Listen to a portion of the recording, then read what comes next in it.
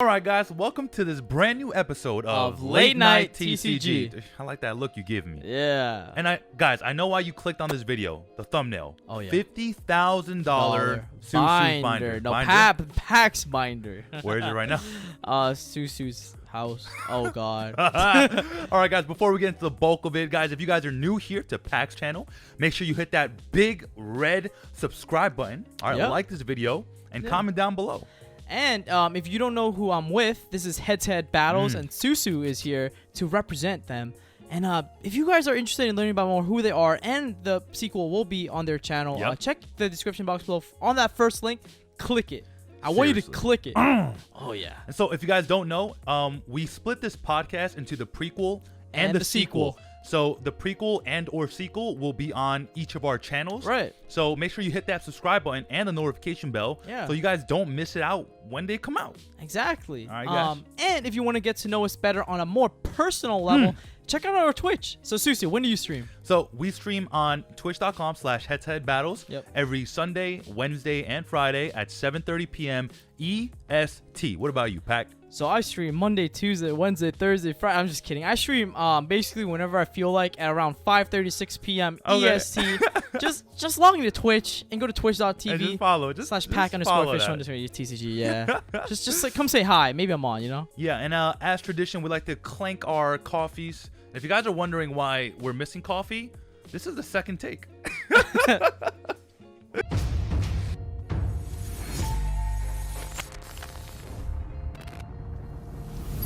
Alright guys, we're back. And Susu, this is the third installment. I know, man. It's been 3 weeks, guys. Dude, girls never like call me back for the third date, man. Oh man, this is insane. Well, Jen did somehow. I called her. Oh, okay. I mean, that works too. But I mean, I'm sure you guys are, here, from that thumbnail. And guys, we are not clickbaiting you. Seriously. Roll the B-roll. Roll the B-roll. So as that B-roll is rolling, so we're gonna kind of split the sequel and the prequel into investing in sealed product and then investing in singles product. So PAK is a more heavy investor in singles, right? Hence the $50,000 binder, right? And I just recently started investing in sealed product, right? So, like as always with our podcast, it's really funny because like we're always on two ends of the spectrum, right? And I think that's really nice because we get to provide you guys, with content or like information from both ends, right? And you get to hear from both players' perspective, or both people's perspective. We are players, but just to give you guys something, not just one-sided or like just essentially yes men's. So seriously, and there's a long age-old saying called iron sharpens iron, right? And then that's what we do as players, right? Because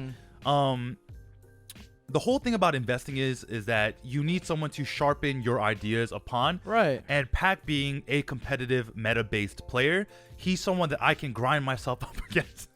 Oh, wow. Okay. That's one way to put it. That's for sure. Yeah. But now that we're here, right, let's talk about sealed versus singles only. Wait, guys.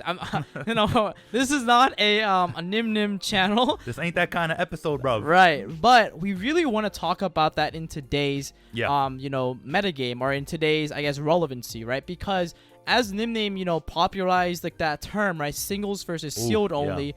We want to like delve into that a little bit deeper, and the way we're going to tackle that is through investing in YuGiOh singled versus sealed. Yeah. So PAK's binder legitimately, like after calculating it all up, and you guys can do it for yourself as the B-roll is rolling here and there. It's anywhere from, depending on the season or the format, it's anywhere from like $35,000 to $50,000. I know that's a large gap, but that's because when a card comes out of meta, it's either a $1 card or a $10 card, right? So like, for example, as you saw, I have 5 Starlight DD Crows in the binder. Sorry, weird flex, but they're $300 to $350 right now, but if it gains relevancy, it can go up to $800. So that's like literally $500 per copy, with 5 copies being $2,500 differential in the matter of a couple of months, a couple of formats, a couple of actually the next day could be, right? So and that's the thing, right? The market for YuGiOh is as volatile as the stock market, man. It's moves up so quick up and down that you can't really catch it. There's no like timing. There really isn't, and I'm glad you actually brought up the stock market because that's essentially what the Yu-Gi-Oh secondary market is, right? Like, there's a company. They want to release a product. So that's Konami. So let's correlate that to Konami releasing a new set. Right. And then when there's enough hype behind the set, they're like, oh my God, you know, Elvish the Golden Lord. Adam Emancipators. You know, like the set goes up and the hype goes up and the pre-sales go up. Right. So in that sense, like that's how stocks work. When there's a brand new company, they have a brand new product, you know, and then at one point and like that's the whole thing about pre-sales, because when it comes out, you buy really high at a premium because you want it earlier. But a lot of people, especially in the Yu-Gi-Oh community, don't echo that, because a lot of people say don't do pre-sales, right? Right. And I think that's like when you do pre-sales, you do it with, I hope at least you do, with some sort of judgment or conviction about whether that card's going to go up or down, right? I mean, if it's down, you obviously don't buy the card and you wait. But if you think that card is super like good, it's a card that everyone needs to have, it's, you know, short printed, or you think it's short printed, because sometimes it's not like the Numeron engine, it actually wasn't that shorted, then you can, you know, use that judgment and, you know, have conviction when you go buy and sell. I think a lot of people just kind of like buy blindly. Correct. And that's like the trap that a lot of people fall into, right? You know, you have to consider, let's say, for example, Secret Slayers. Yeah. How this is very similar to the stock market is that, like, a stock moves up or down in relation to news as they come out. Yeah.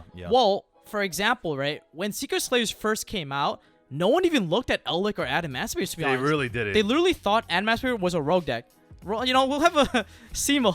Shout out to Simo. But no, honestly though, like, people just generally thought these decks were not good. And you know, through play testing, through you know, more and more players, you know, taking a deeper dive and looking into the deck, you know, more news surfaced up that this deck has legitimacy to be in the meta game. And what does that mean? Elik the Golden Lord is $120 a copy. Seriously. They were $60 during pre-sales. Yep. Like, come on, that's crazy. And it's really funny because, like, a lot of players tend to not like to take L's, right? During anything, actually, as a matter of fact. And here's the problem with investing in Yu-Gi-Oh is you need to take your W's and you need to take your L's just as gracefully. Of course. Because one of the biggest issues in the secondary market, especially during pre-sales, is you can cancel your order before release date. Of course. Right? Because, like, a lot of players, like, if you actually, like, do buy or sell on secondary markets on Facebook, the first thing people are asking you, like, yo, what are the ratios? What are the ratios? What are the ratios? Yeah, what are the ratios? Yeah. It's like, bro, why do I need to tell you this? Yeah. Like, do your own research. Yeah. Like, just because I spent money to buy product, I'm not opening this for you. I'm opening this for myself. Right. You know, like players need to understand that you need to take your W's and you need to take your L's. Especially with cards like even Borlo Savage Dragon during pre-sales. $15. Yeah, from Savage Strike, right? No one had any inkling that, you know, that Borlo Savage would become such a powerhouse in the meta, right? Like a card that every deck needs. If you're playing some sort of synchro-based strategy, you better have that card in your extra deck. Seriously. And even like access codes. Like, I know you especially do invest very heavily in singles, right? I do, yeah. Like, for example, access code, right? I read that card once. Cannot be responded to. Yep. I was like, oh, okay. Oh, it gains a lot of attacks too. Oh, and it's pretty easy to make. Ends a link 4. And you go pop.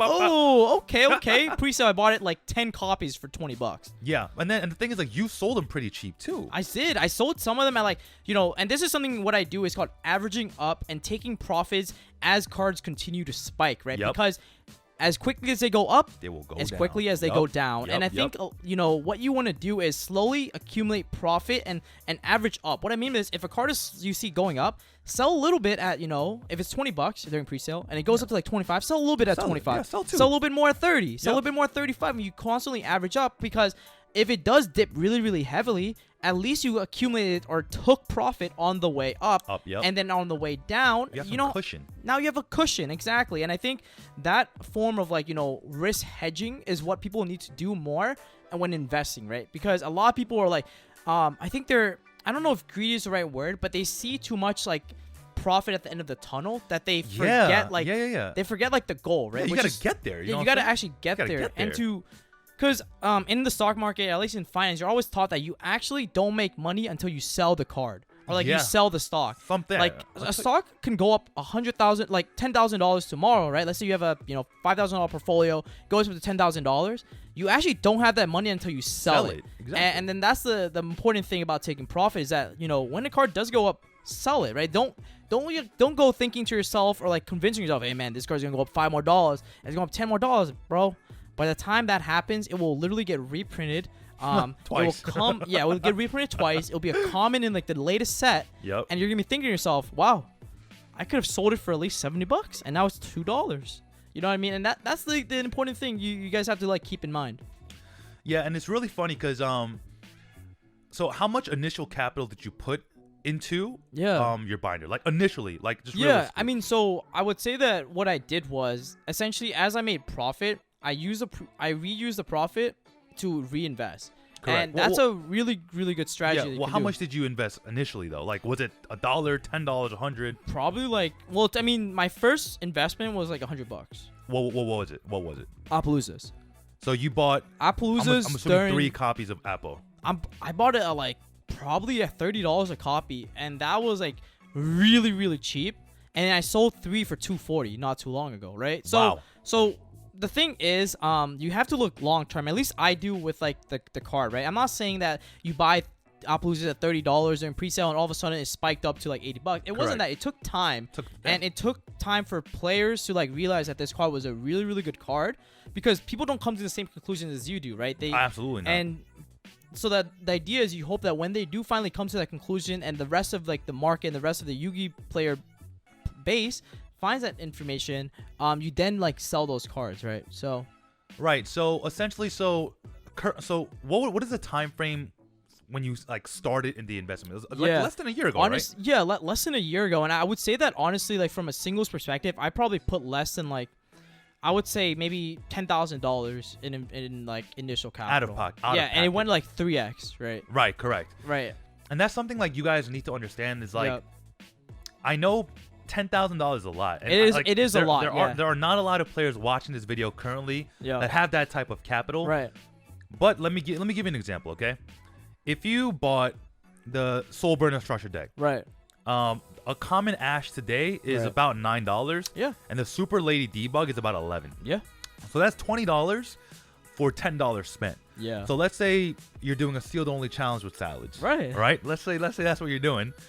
And you bought each structure deck on $9.99. That's retail. Yep. That's retail value, $9.99. You on 6 cards have, what is that?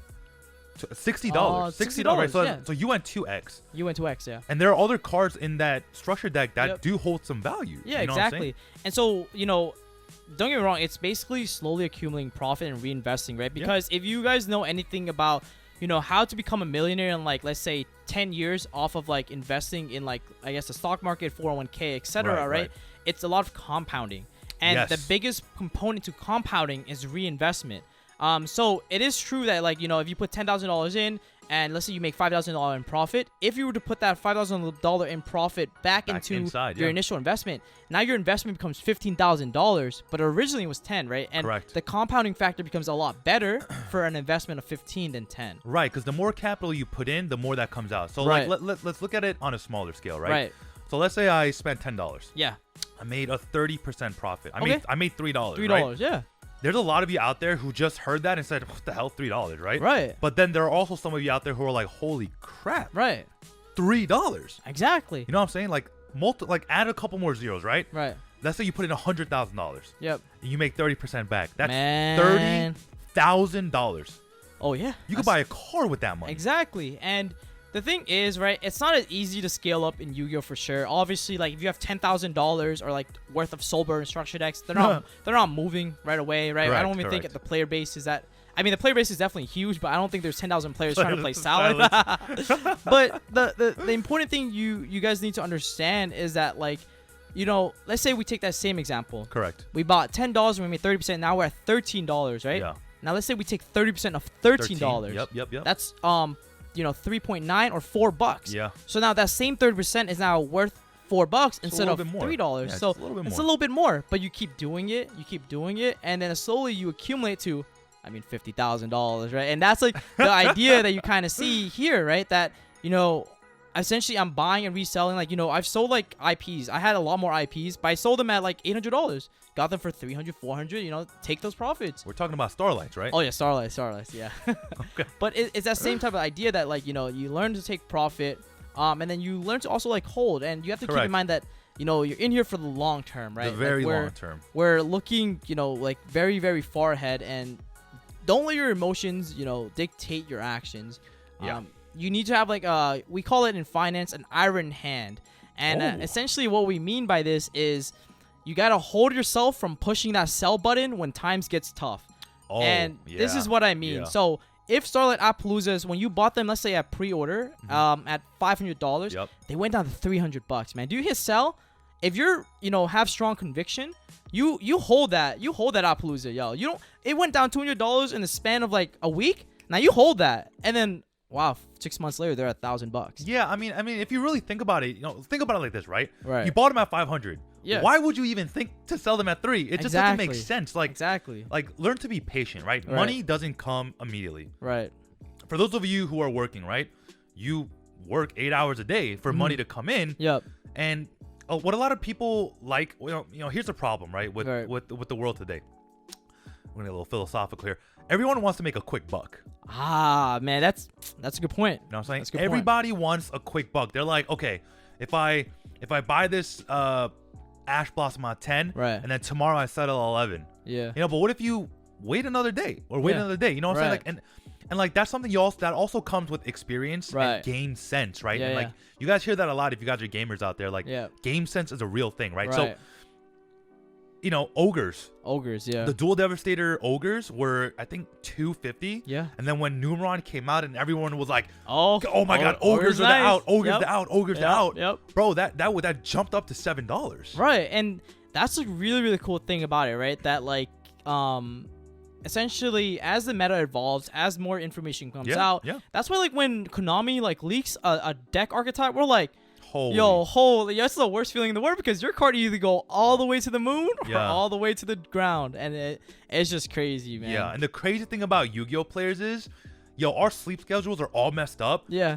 Bro, I remember Prank Kids Meow Meow got announced leaked. at like 2 in the morning. That field spell got bought out so quick. Holy crap. Bro, I wake up at 7 a.m. for work every day. I was looking, I'm like, it was already bought out. So Prank Kids Palace just got bought out to $20. It was gone. So what happened? I'm like, Yu-Gi-Oh organization. There it is. Okay. Meow Meow. I was like, oh my God, Prank Kids Link 1? That's exactly what they're missing. What time did this article come out? 3 a.m. Oh, okay, cool. Because mind you, this is coming out in Japan. Yeah. You know what I'm saying? And 3 a.m. in Japan, it's 2 p.m. in Japan. Yeah, exactly. So I was like, God dang it, bro.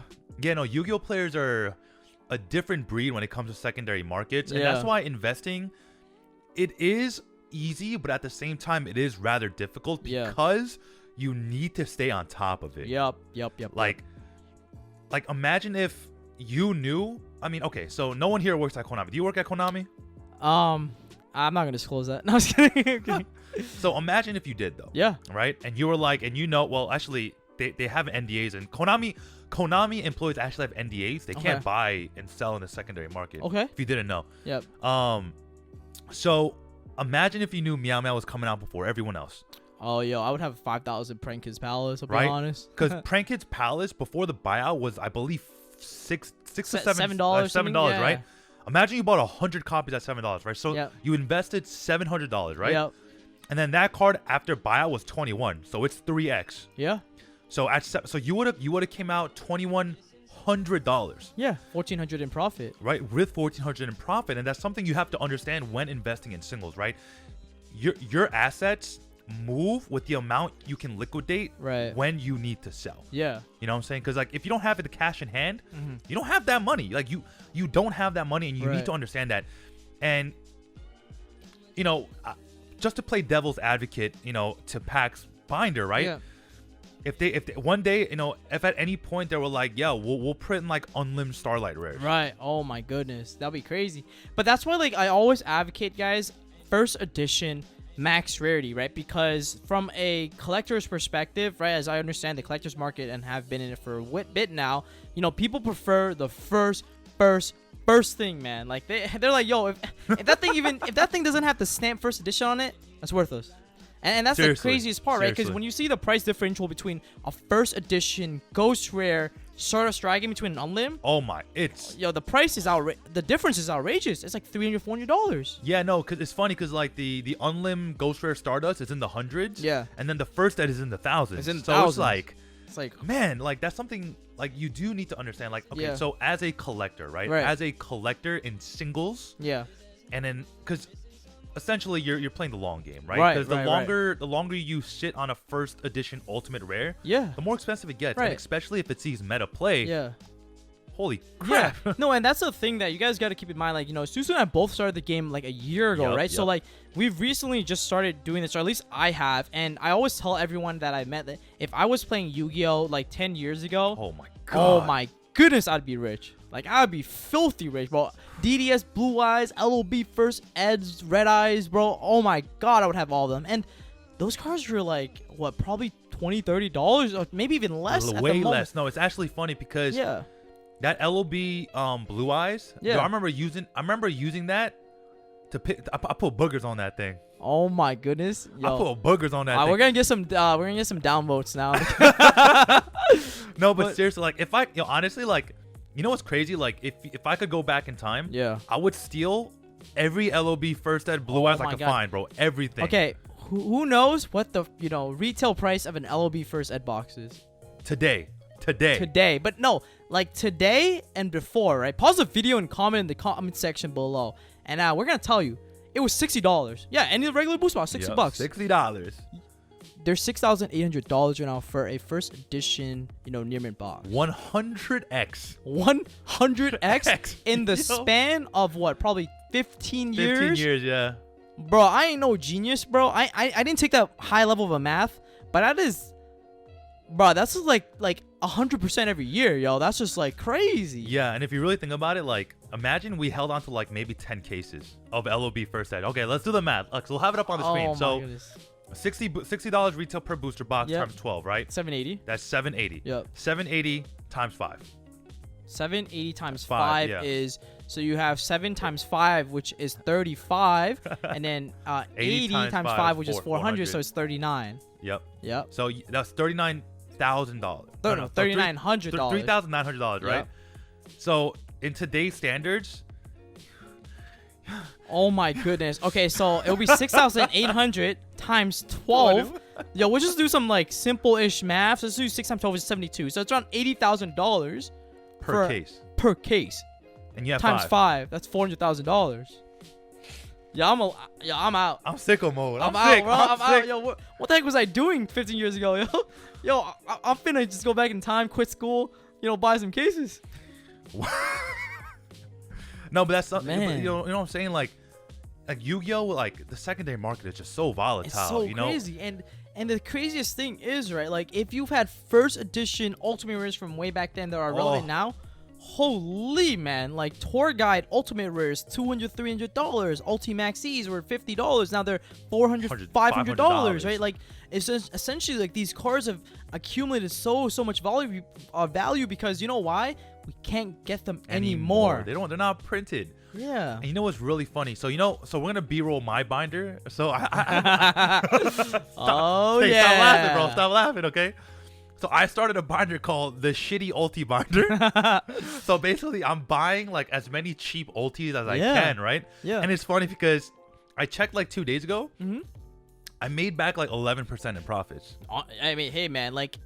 Yo, look at Invocation Ultimate Rares, man. Yo. I had to place it for 120 at once, and now they're like 100 a copy. I'm sicko mode. I sold it at 140. I thought that was I just made some $20, bro. Hey, let's go. Oh wait, you sold a playset for 140? For 140, way back then. Back then they were like 45, 50s, and I sold it at full retail. And I was like, hey man, I just made $30. Yo, let's go. Yo, I'm sicko mode, bro. I am sick. Yo. So what was that thing you were talking about? The Iron Hand, bro? The Iron Hand? Yo, take me to the infirmary, bro, because I am done, man. Yeah, and so I know a lot of you who are watching this video right now, they're like, so how do I start investing in singles, right? So, and that's something we do want to cover in the prequel, because that's what we said we will. Right. So let's kind of walk into that. So people's initial capitals are all different, right? Right. Some might have $1 to invest. Yeah. Some may have 10, and some may have 100. Some may have 1,000, right? Yeah. At the $1 level, like, what is something that you would invest in at the dollar level? Yeah. At the dollar level, you just buy a bunch of cards that are like really really cheap, like Dual Devastator, like singles were like pennies. Pennies, like bro. Pennies, right? Like, and the thing is, if you buy a card for 50 cents and you sell them for $1, you gotta realize that's 100% profit. 100% profit. Yeah, but if you do it on 100 copies, right? Like that's $50 turned to $100 in the span of like seconds. Right. And that's the thing about investing in singles. But guys, it's that time, and we're gonna talk about in the sequel about what it's like to invest in sealed product, right? Investing, as you guys saw from our video together, megatins, right? So, essentially, we want to give you guys another perspective, another way to invest and make money off this game, because YuGiOh is a very expensive hobby, and you need some sort of like sustenance, right? Some sort of ways to help mitigate those costs, man. Those high taxing, heavy costs, right? Meta decks spanning over $1,000, travel being $405 a flight to YCSs. So, as always, guys, don't forget to comment, like, and subscribe, and let us know in the comment section below your biggest W and your biggest L, bro. And as always, in the sequel, we're actually gonna have a giveaway. Yep. So if this video and the sequel video collectively gets 1,000 likes, we'll be giving away 3 tins of the megatins. Yep, the 2020 tins of lost memories. Yeah. So guys, I really hope you guys enjoyed the prequel, and as always, guys, if you have not subscribed to PAK's channel already, hit that big red. Is it still red? It's still red. Yeah, it's still red. Hit that red button. Let's go. All right, and if you want to catch the sequel to this video, in the first link, guys, in the description box, the first link, click on it, and we'll see you in the sequel. Yeah, we'll see you in the sequel, man. Peace.